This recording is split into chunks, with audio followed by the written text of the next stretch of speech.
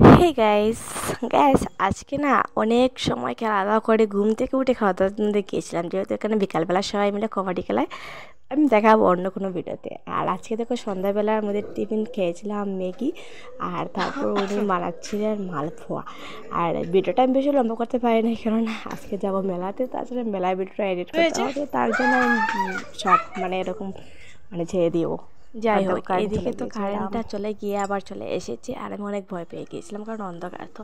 এদিকে এসে দেখলাম তনু কি তৈরি করছিল, আর ওরম সাব্বি আমি ওকে শর্ট ফিল্ম তনুই ডাকি আর কি। আর দেখো ওর হেয়ার স্টাইলটা আমি বেঁধে দিয়েছিলাম, খুব ভালো লাগে আমার এরকম ভাত বাড়তে আর কি, তার জন্য আমি বেঁধেছিলাম। এদিকে বলতে পাই আমার ননাস আর কি, উনি সব কিছু তৈরি করে নিয়েছেন অলরেডি। আর গুড়ি দিয়ে তৈরি করেছেন, গুড়ি চালের গুড়ি দিয়ে আইস অল্পখানি চিনি দিয়ে গুড় দিয়ে সব কিছু মিক্স করে আর কি মালপোয়া তৈরি করেছিল। আমার না কেন জানি না মালপোয়া খেতে অনেক ভীষণ ভালো লাগে, তোমরা সবাই জান যে মালপোয়া আমার খেতে ভীষণ ভালো লাগে। আর এদিকে দেখো মালপোয়াটা কত সুন্দর গুল গুল করে ফুটে উঠেছে। আর আজকে হচ্ছে মেলা যাবো, তার জন্য মেলার ভিডিওটা এডিট করার জন্য আজকে ভিডিওটা আমি ওরকমও ছেড়ে দিয়েছিলাম, কারণ আমি সব কিছু এডিট করতে হলে অনেক বেশি টাইমের দরকার প্রয়োজন হয় আর কি।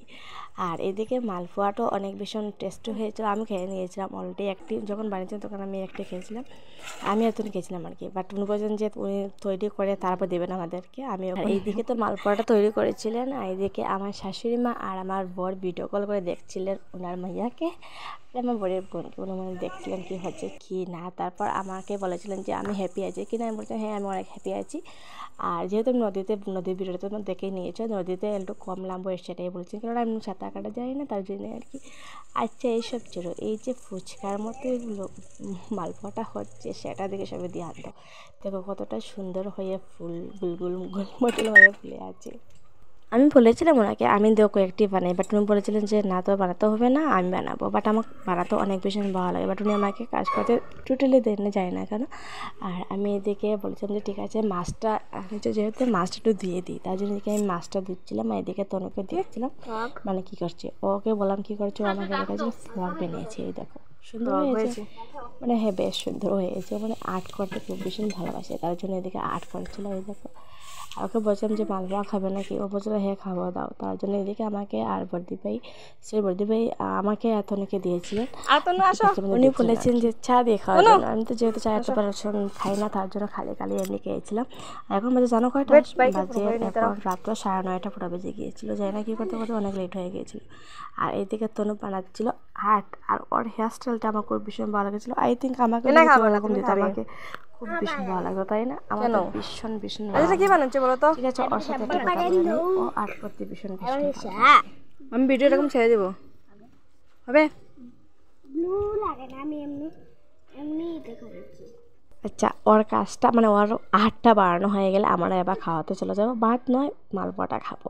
এদিকে উনি দেখছিলেন কয়েকটি দিচ্ছেন, বাট আমি বলছিলাম যে কয়েকটি দেবো না, আমাকে আর তনকে একটা করে দিয়ে দেবো, বাট উনি আমাদেরকে 5টা দিয়েছিলেন খাওয়ার জন্য আর কি। এদিকে আমি খাওয়া দাওয়া কমপ্লিট করে গেছিলাম, আর খেতে না ভীষণ টেস্ট হয়েছিল, সত্যি বলছি অনেক ভীষণ স্বাদ হয়েছিল।